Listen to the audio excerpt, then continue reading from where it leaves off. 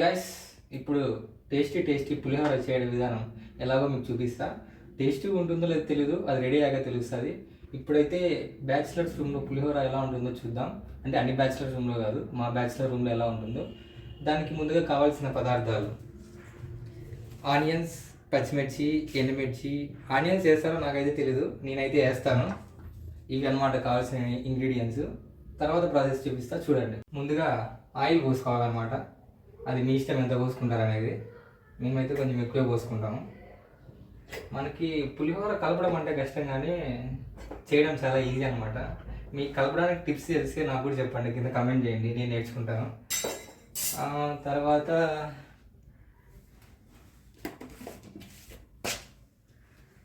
కొంచెం ఆయిల్ వేడెక్కాక కొన్ని శనగిత్తనాలు అయితే వేసుకున్నాం దాంట్లోకి.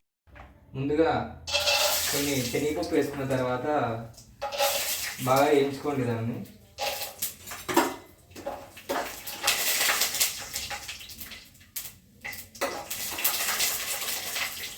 అదేం పట్టించుకోవద్దండి మీరు.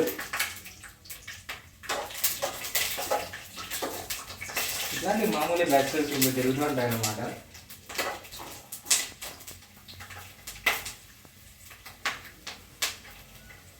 తర్వాత కొంచెం వేగిన తర్వాత ఇప్పుడైతే ఆనియన్స్ వేసుకున్నాం. ఆనియన్స్ వేసుకున్న తర్వాత అవి కొంచెం ఫ్రై కావడానికి కొంచెం ఉప్పు వేసుకున్నాం. కొంచెం ఇలా కలర్ మారాక ఇప్పుడైతే పచ్చిమిర్చి అండ్ ఎండుమిర్చి రెండు వేసుకున్నాం. దాన్ని కొద్దిసేపు అలాగే వదిలేసేయండి ఇలా అనుకొని. అయితే